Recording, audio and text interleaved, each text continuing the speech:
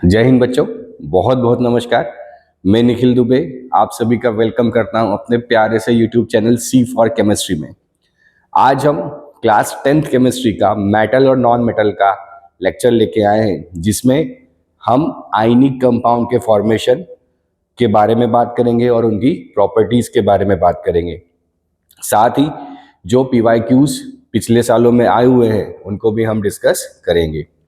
तो बहुत छोटा सा टॉपिक है, बहुत ज़्यादा इसमें चीज़ें नहीं है। इलेक्ट्रॉन ट्रांसफर मेथड, कैसे इलेक्ट्रॉन ट्रांसफर होता है आयनिक कंपाउंड में, और आयनिक कंपाउंड की प्रॉपर्टीज रिलेटेड जो है हम बात करेंगे। तो कॉपी और पेन निकाल लीजिए और नोट्स बनाना स्टार्ट कीजिए।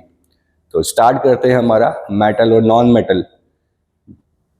पिछले लेक्चर्स में हमने मेटल्स की प्रॉपर्टीज, केमिकल प्रॉपर्टीज के बारे में पढ़ा, जिसी में एक लास्ट प्रॉपर्टी आती है कि मेटल जब नॉन मेटल के साथ रिएक्ट करता है तो वो किस तरीके से करता है। जब मेटल किसी नॉन मेटल के साथ रिएक्ट करता है तो मेटल क्या करता है, अपने इलेक्ट्रॉन को लूज करता है और नॉन मेटल वहां पे इलेक्ट्रॉन गेन करता है। तो reaction of metals with non metals में we learn that noble gases which have a completely filled valence shell show little chemical activities. Therefore, explain the reactivity of elements as a tendency to attain a completely filled valence shell. पूछा जाता है कि क्यों कोई metal electron lose करता है और क्यों नॉन मेटल इलेक्ट्रॉन गेन करता है। तो देखा यह जाता है कि जो नोबल गैसेस होती हैं, like neon, atomic number 10, electronic configuration अगर लिखें तो 2,8।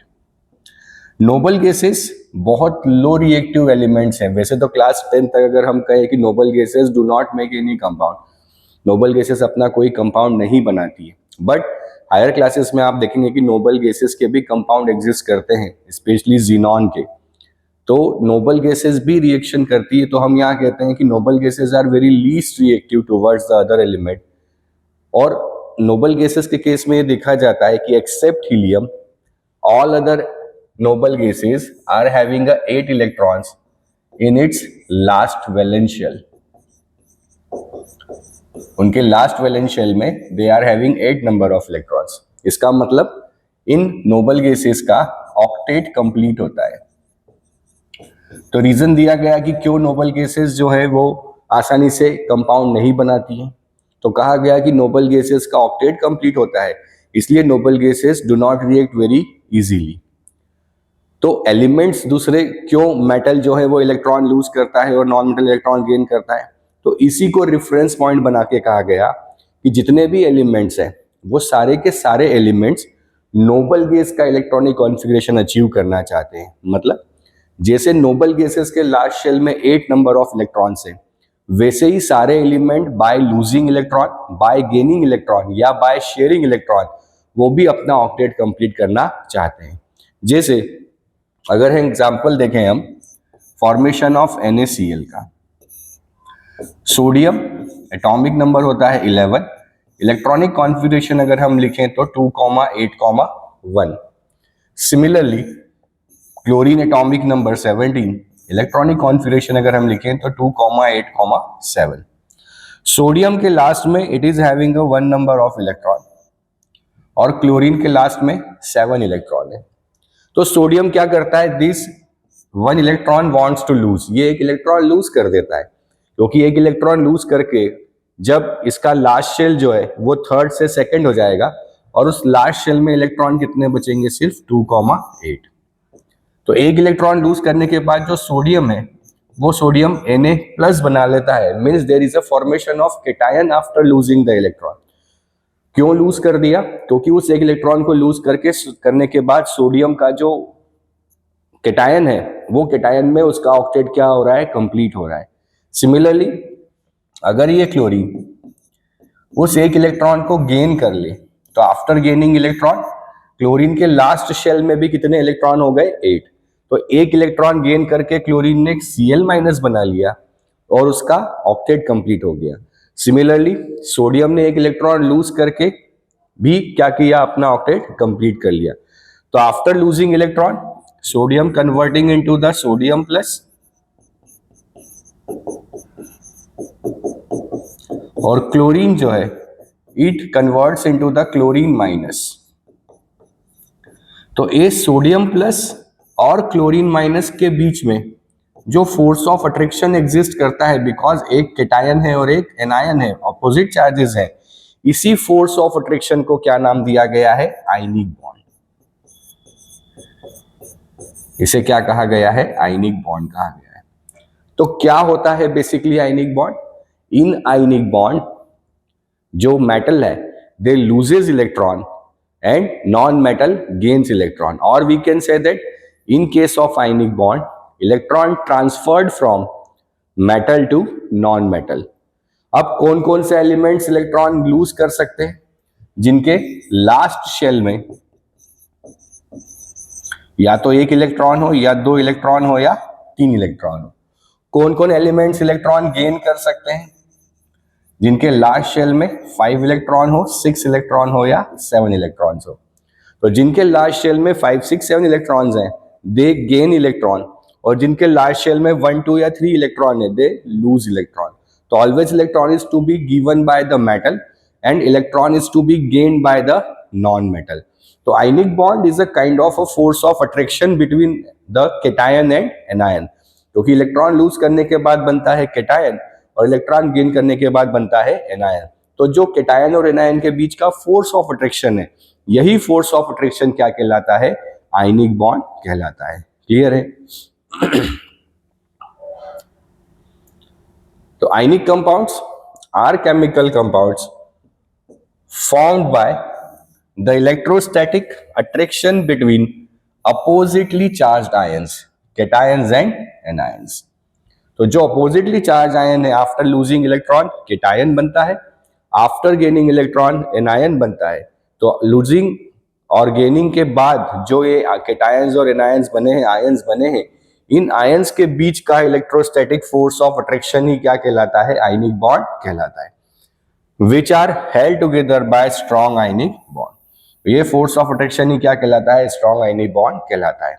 और इन कंपाउंड्स को आयनिक कंपाउंड्स कहा जाता है।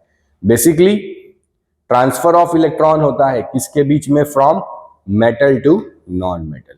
तो सोडियम से इलेक्ट्रॉन कहां ट्रांसफर हुआ था? क्लोरीन पे। तो sodium is a metal and chlorine is a non metal. Clear है? आया इतना समझ में कि in case of ionic compound metal transfers electron to non-metals, and after losing electron metal converts into the cation and non-metal converts into the anion। Note कर लीजिए इतना।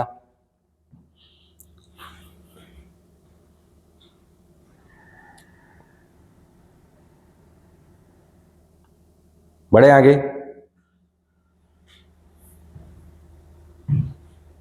चलिए, कैसे बनता है? तो यहां पे पूरा इलेक्ट्रॉन ट्रांसफर प्रोसेस हमें बताना पड़ेगा।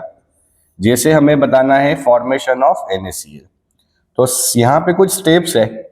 स्टेप नंबर 1 ये बोलता है right electronic configuration of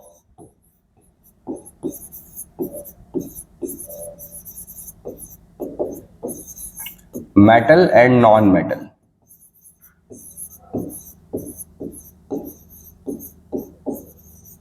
right electronic configuration of metal and non metal.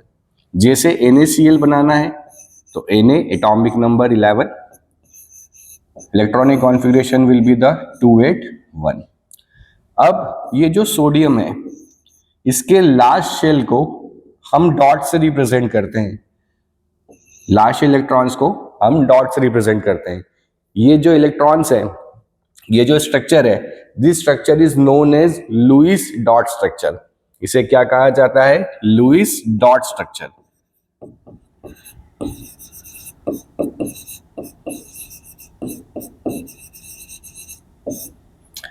Similarly chlorine का इलेक्ट्रॉन ले लें तो यहां तो एक ही क्लोरीन हमें दिख रहा है।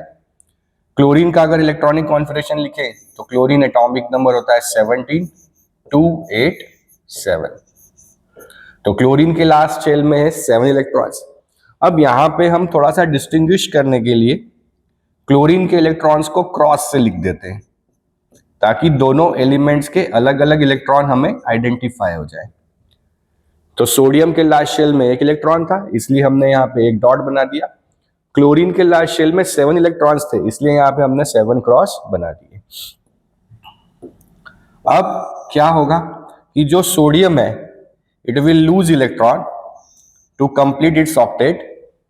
ये इलेक्ट्रॉन चला जाएगा तो इसका ऑक्टेट कंप्लीट हो जाएगा, और क्लोरीन गेन दिस इलेक्ट्रॉन, और वो भी क्या करेगा, अपना ऑक्टेट कंप्लीट कर लेगा। तो सोडियम से एक इलेक्ट्रॉन दूर चला गया है, इसलिए सोडियम के ऊपर चार्ज कैसा आ जाएगा बच्चों, प्लस का। और क्लोरीन ने इलेक्ट्रॉन गेन कर लिया है, तो क्लोरीन पे चार्ज कितना आ जाएगा, माइनस का। अब क्लोरीन के पास जो इलेक्ट्रॉन्स हैं, तो 7 इलेक्ट्रॉन तो क्लोरीन के पास खुद के ही थे, एक इलेक्ट्रॉन उसने किसका ले लिया है, सोडियम का। तो ये एक इलेक्ट्रॉन का हमने किसको दिखा दिया, सोडियम के पास। तो ये बन गया Na+, ये बन गया Cl-, और इन्हीं के बीच में जो ये फोर्स ऑफ अट्रैक्शन है, यही फोर्स ऑफ अट्रैक्शन क्या कहलाता है बच्चों, आयनिक बॉन्ड कहलाता है। It is known as ionic bond. तो आयनिक कंपाउंड फॉर्मेशन के लिए you must know the atomic number of the atom. आपको एटॉमिक नंबर एटम का पता होना ही चाहिए, बिना एटॉमिक नंबर के हम इस चीज को बना नहीं सकते। तो सबसे पहले जो लास्ट शेल के इलेक्ट्रॉन्स है वो एलिमेंट्स को दे देंगे। अब जो एलिमेंट्स इलेक्ट्रॉन लूज करेगा उसके इलेक्ट्रॉन को हम नॉन मेटल को शिफ्ट कर देंगे, ट्रांसफर कर देंगे, तो उसके ऊपर प्लस चार्ज और नॉन मेटल के ऊपर माइनस चार्ज आ जाएगा। नोट कर लीजिए इसे, एग्जाम में काफी यहां से पूछा जाता है फॉर्मेशन ऑफ कंपाउंड।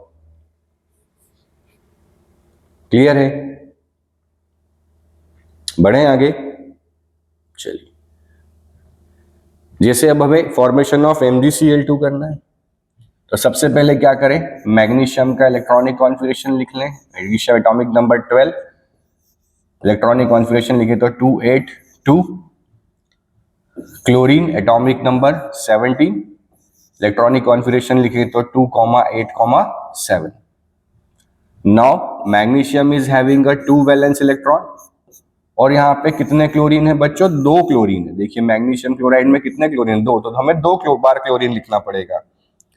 अब मैग्नीशियम के इलेक्ट्रॉन्स को डॉट से रिप्रेजेंट कर देते हैं, और जो क्लोरीन के इलेक्ट्रॉन्स हैं उसको हम क्रॉस से रिप्रेजेंट कर देते हैं। 1 2 3 4 5 6 7, 1 2 3 4 5 6 और 7। अब एक इलेक्ट्रॉन मैग्नीशियम इस क्लोरीन को दे देगा, और एक इलेक्ट्रॉन मैग्नीशियम इस क्लोरीन को दे देगा। तो यहाँ पे दोनों क्लोरीन को अलग अलग यहाँ पे इलेक्ट्रॉन ट्रांसफर होंगे। तो जो फाइनली यहाँ पे प्रोडक्ट बनेगा, मैग्नीशियम ने 2 इलेक्ट्रॉन लूज किए हैं, तो मैग्नीशियम के ऊपर आ जाएगा 2+, और क्लोरीन ने इलेक्ट्रॉन गेन किया है, तो क्लोरीन के ऊपर क्या आ जाएगा, माइनस। अब बोलो सर प्लस तो 2 हैं और क्लोरीन पे एक ही माइनस आप बता रहे हैं, तो यहाँ पे बेटा 2 क्लोरीन लिए हैं, तो या तो इसको 2 बार लिख दे, या यहाँ पे हम Cl2 लिख दे। वैसे Cl2 ज्यादा प्रॉपर नहीं होगा, सही होगा यहाँ पे 2Cl- लिखना, बट एनसीईआरटी आप देखेंगे तो वहां पे Cl2 भी लिखा हुआ है, तो ज्यादा सही क्या होगा, 2Cl-। और यहाँ पे आप क्लोरीन के इलेक्ट्रॉन क्रॉस से बता दें, 1 2 3 4 5 6 7, और जो मैग्नीशियम का इलेक्ट्रॉन है उसे डॉट से बता दें। तो ऐसे एक क्लोरीन ने एक इलेक्ट्रॉन गेन किया है, तो 2 क्लोरीन ने ये दोनों इलेक्ट्रॉन क्या किए, इंडिविजुअली गेन कर लिए हैं। और इस तरीके से क्या होता है फॉर्मेशन ऑफ MgCl2। एनसीईआरटी के हिसाब से 2 यहां लिख सकते हैं, बट ज्यादा सही तरीका यहां लिखने का है, तो कैसा भी लिख सकते हैं जैसा आप चाहें, ठीक है। तो ये क्या हो गया, फॉर्मेशन ऑफ MgCl2। क्लियर है, आया समझ में, नोट कर लीजिए इसे।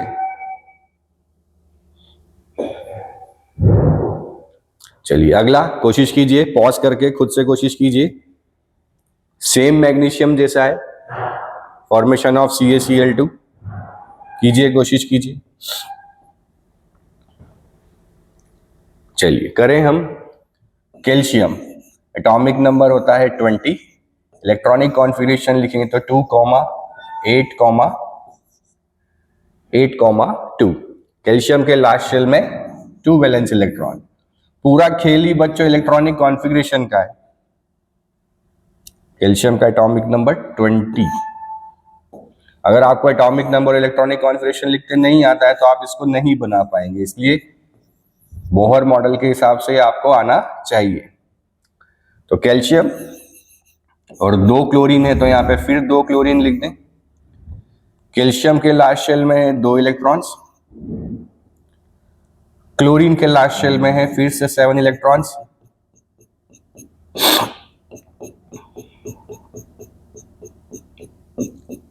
एक इलेक्ट्रॉन ये यहां देगा, एक इलेक्ट्रॉन यहां देगा,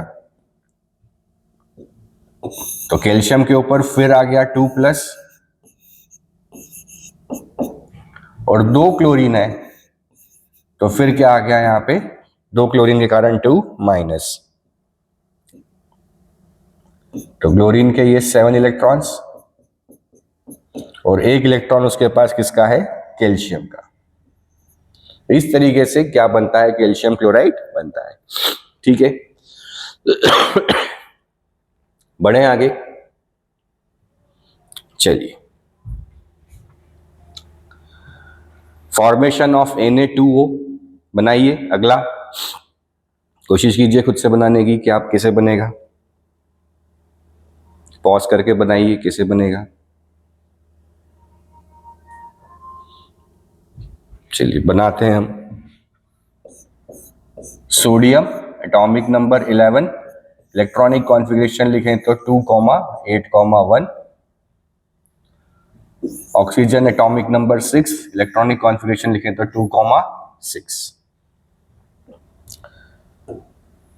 सोडियम के पास लास्ट शेल में एक इलेक्ट्रॉन। अब ऐसे सोडियम कितने दिख रहे हैं, 2, तो यहाँ पे हमें कितने सोडियम लगाने पड़ेंगे, 2 लगाने पड़ेंगे। अभी तक एनायन 2 थे, यहाँ पे क्या हो गए, 2 केटायन। तो एक सोडियम का ये इलेक्ट्रॉन, एक सोडियम का ये इलेक्ट्रॉन, साथ में ऑक्सीजन एक ही है। ऑक्सीजन के लास्ट शेल में कितने इलेक्ट्रॉन्स होते हैं, 6, तो इसको 2 इलेक्ट्रॉन्स चाहिए। तो एक इलेक्ट्रॉन यहां से ये सोडियम देगा, एक इलेक्ट्रॉन यहां से ये सोडियम देगा, तो क्या बन जाएगा, सोडियम कितने हो गए, 2 Na+, और ऑक्सीजन पे कितने माइनस आ जाएंगे, अब 2-। ऑक्सीजन पे माइनस कितने आ जाएंगे, 2-। तो ये ऑक्सीजन के 6 इलेक्ट्रॉन, और बचे हुए 2 इलेक्ट्रॉन जो है वो किसके होंगे, सोडियम के। तो दोनों सोडियम अलग अलग अपने इलेक्ट्रॉन देंगे, इसलिए यहाँ पे क्या बन जाएगा, 2 तो Na+ और एक O2-। क्लियर है। इस तरीके से हम किसको बना सकते हैं, Na2O को बना सकते हैं। बढ़े आगे।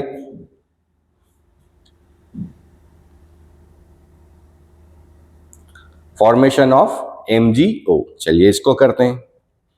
Magnesium atomic number 12, oxygen atomic number 8। Magnesium क्या हो जाएगा, 2,8,2, oxygen will be 2,6। Magnesium valence shell में 2 electrons, sorry, magnesium valence shell में 2 इलेक्ट्रॉन्स और ऑक्सीजन वैलेंस शेल में 6 इलेक्ट्रॉन। अब यहां पे दोनों एक एक ही रहेंगे क्योंकि फॉर्मूले में दोनों एक एक ही हैं। तो ये दोनों इलेक्ट्रॉन मैग्नीशियम जो है किसको दे देगा, ऑक्सीजन को। तो क्या बन जाएगा, मैग्नीशियम के ऊपर तो आ जाएगा 2+, और ऑक्सीजन के ऊपर क्या आ जाएगा, 2-। तो 6 इलेक्ट्रॉन तो ऑक्सीजन के और 2 इलेक्ट्रॉन किसके हो जाएंगे, मैग्नीशियम के। यहां पे अलग अलग नहीं होगा क्योंकि दोनों एक एक ही है, एक ही एटम है, इसलिए क्या बन गया, Mg2+ और O2-। क्लियर है, नोट करते जाएं फटाफट। बढ़े आगे। अब आते हैं इसके कुछ प्रॉपर्टीज पर। Following properties for ionic compounds हम ऑब्जर्व करते हैं। पहली property physical nature. Ionic compounds solid nature के होते हैं, समवॉट हार्ड। क्यों होते हैं? क्योंकि आयनिक कंपाउंड में क्या होता है, एक कैटायन और एक एनायन। इन कैटायन और एनायन के बीच में जो फोर्स ऑफ अट्रैक्शन एक्सर्ट करता है वो होता है इलेक्ट्रोस्टैटिकल फोर्स ऑफ अट्रैक्शन। जब दो अपोजिट चार्जेस एक दूसरे से किसी डिस्टेंस पे होते हैं तो एक दूसरे के ऊपर फोर्स ऑफ अट्रैक्शन लगाते हैं। तो इसी फोर्स ऑफ अट्रैक्शन के कारण जो आयनिक कंपाउंड्स है वो कैसे होते हैं, सॉलिड इन नेचर के होते हैं। तो रीजन बता रहा है कि because of the strong force of attraction between the positive and negative ions, कि जो पॉजिटिव और नेगेटिव आयंस हैं उनके बीच में स्ट्रॉन्ग फोर्स ऑफ अट्रैक्शन होता है, इसीलिए ये कैसे होते हैं, सॉलिड होते हैं। These compounds are generally brittle and break into pieces when pressure is applied. Brittle मतलब कि whenever we apply some small amount of force on them, they are to be broken down. जब इन पे थोड़ा सा force of pressure लगाया जाए तो pressure लगाने पे वो क्या होते हैं, टूट जाते हैं। ठीक है, तो ये solids होते हैं और somewhat hard होते हैं। क्यों होते हैं? Only because of positive and negative force of attraction. Clear है? Second, melting and boiling point. इनके जो मेल्टिंग और बॉइलिंग पॉइंट होते हैं ये काफी हाई होते हैं, हाई मेल्टिंग बॉइलिंग पॉइंट। ऐसा क्यों है? अगेन द रीजन इज से कि इनके बीच में जो फोर्स ऑफ अट्रैक्शन है वो कैटायन और एनायन के बीच में, और ये एक स्ट्रॉन्ग इलेक्ट्रोस्टैटिकल फोर्स ऑफ अट्रैक्शन होता है जिसके कारण बड़े आसानी से यहाँ पे बॉन्ड बनता है, और ये इनका जो मेल्टिंग बॉइलिंग पॉइंट है वो क्या होता है, हाई होता है। तो ionic compounds have high melting and boiling point because considerable amount of energy is required to break the strong inter-ionic attraction. ये जो स्ट्रॉन्ग इंटरआयनिक अट्रैक्शन है, अपोजिट आयंस के कारण इनके बीच का जो फोर्स ऑफ अट्रैक्शन स्ट्रॉन्ग है, इसलिए ज्यादा अमाउंट ऑफ एनर्जी देनी पड़ती है इनके अट्रैक्शन को तोड़ने के लिए। क्यों ऐसा? क्योंकि मेल्टिंग बॉइलिंग पॉइंट का मतलब क्या है, स्टेट चेंज करना। तो जितना ज्यादा इंटरमोलिकुलर फोर्स होगा बिटवीन द एटम, उतना मेल्टिंग बॉइलिंग पॉइंट क्या होगा, ज्यादा होगा। अब चूंकि यहाँ पे इंटरमोलिकुलर फोर्स जो है वो कैटायन और एनायन के बीच में है ना, अपोजिट चार्जेस के बीच में इंटरमोलिकुलर फोर्स है, इसलिए ज्यादा एनर्जी लगती है और इनका मेल्टिंग बॉइलिंग पॉइंट क्या होता है, ज्यादा होता है। अगली प्रॉपर्टी आती है सॉल्युबिलिटी। सॉल्युबिलिटी में ये सिर्फ वाटर जैसे पोलर सॉल्वेंट में ही डिसॉल्व हो पाते हैं, कभी भी ये नॉन पोलर सॉल्वेंट में डिसॉल्व नहीं होते हैं। क्यों? क्योंकि इनके अंदर फिर वही है कि इनके पास क्या है बच्चों, कैटायन और एनायन है। तो अगर इनके पास पॉजिटिव नेगेटिव चार्ज है तो इनको सॉल्वेंट भी ऐसा चाहिए जिसके पास क्या हो, पॉजिटिव और नेगेटिव हो। तो वाटर जो है उसमें H2O में हाइड्रोजन के ऊपर प्लस और ऑक्सीजन के ऊपर माइनस होता है, इसलिए वाटर भी एक पोलर नेचर का है, ये भी पोलर नेचर के हैं, इसलिए ये वाटर में सॉल्युबल है। पर अदर सॉल्वेंट जैसे केरोसिन और पेट्रोल ये सारे के सारे नॉन पोलर नेचर के होते हैं, और नॉन पोलर होने के कारण ये उसको डिसॉल्व नहीं कर सकते, क्योंकि सॉल्युबिलिटी का एक ही प्रिंसिपल होता है, जिसका जैसा नेचर वो वैसे सॉल्वेंट में डिसॉल्व होगा। तो चूंकि इनके पास आयनिक इंटरेक्शन है तो ये ऐसे ही सॉल्वेंट में डिसॉल्व होंगे जिसके पास आयनिक इंटरेक्शन होगा। तो वाटर में आयनिक इंटरेक्शन प्रेजेंट है, इसलिए उसमें आसानी से डिसॉल्व हो जाते हैं। क्लियर है? देखिए एक ही रीजन चल रहा है, वो है कैटायन और एनायन। अगला आता है कंडक्शन ऑफ इलेक्ट्रिसिटी। बड़ा इंपॉर्टेंट है ये वाला, यहां से काफी क्वेश्चन पूछे जाते हैं। बच्चों फिजिक्स के अंदर जो करंट इलेक्ट्रिसिटी फ्लो होता है वो होता है because of movement of free electron, पर केमिस्ट्री में जो करंट इलेक्ट्रिसिटी इलेक्ट्रोलाइट दिखाते हैं वो होता है because of movement of free ions. तो जब तक कोई भी ionic compound force of attraction में बंधा हुआ है, उसके आयन एक दूसरे पे फोर्स ऑफ अट्रैक्शन लगा रहे हैं, तब तक वहां पे करंट इलेक्ट्रिसिटी पास नहीं हो सकती, करंट इलेक्ट्रिसिटी फ्लो नहीं हो सकता। तो करंट इलेक्ट्रिसिटी फ्लो कराने के लिए उसका आयन में टूटना जरूरी है। तो जितने भी आयनिक कंपाउंड्स हैं इनको जब वाटर में डिसॉल्व किया जाता है तो वाटर में डिसॉल्व करने पे they are dissociate into their ions, वो अपने रिस्पेक्टिव आयंस में टूट जाते हैं और अपोजिट टर्मिनल की तरफ बैटरी के मूव करने लगते हैं।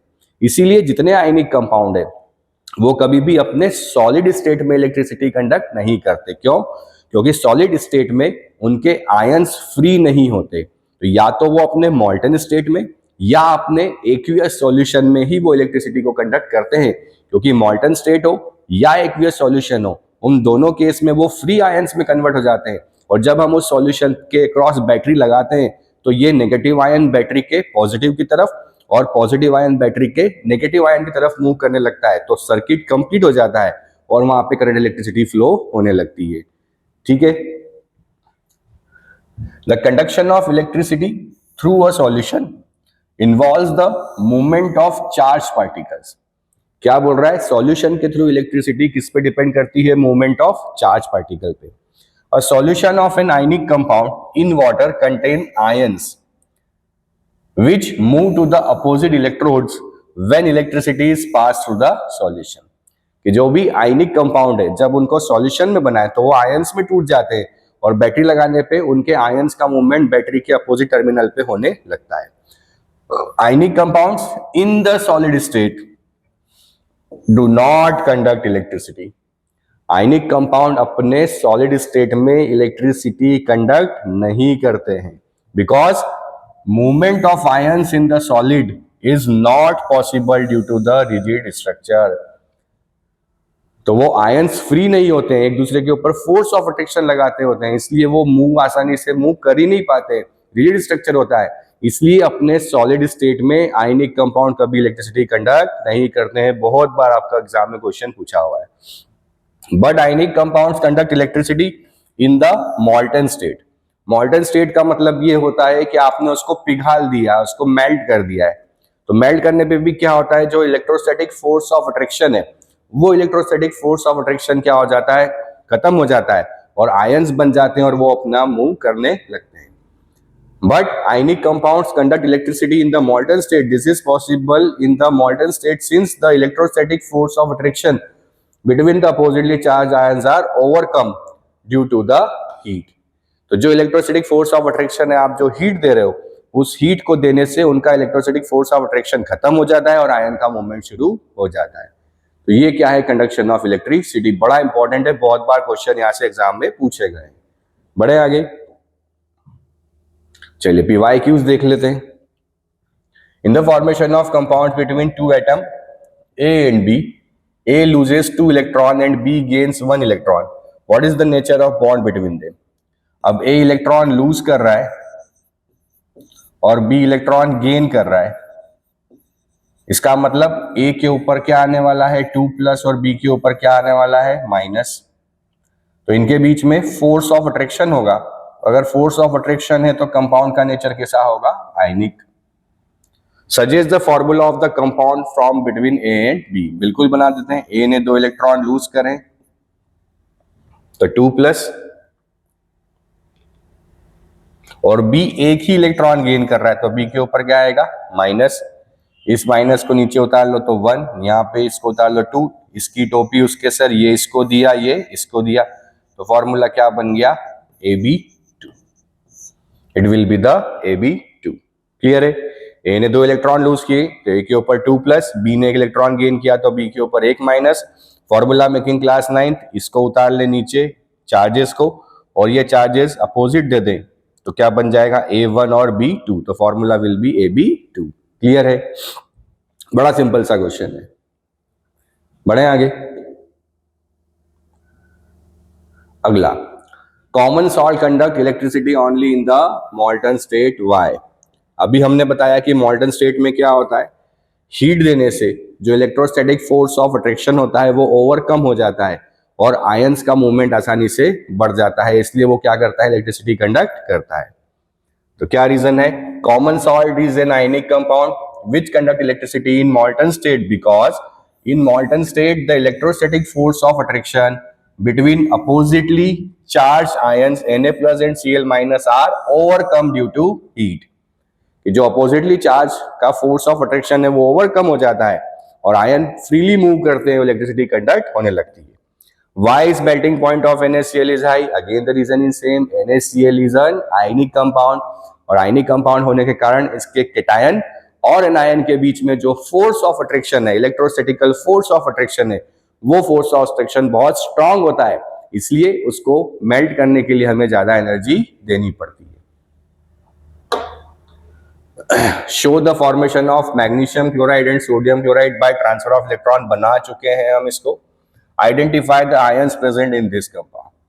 चलिए मैग्नीशियम क्लोराइड याद कीजिए, मैग्नीशियम 2+ था और Cl- था, तो केटायन कौन हो गया? मैग्नीशियम, और एनायन कौन हो गया? क्लोराइड। वैसे ही सोडियम प्लस और Cl-,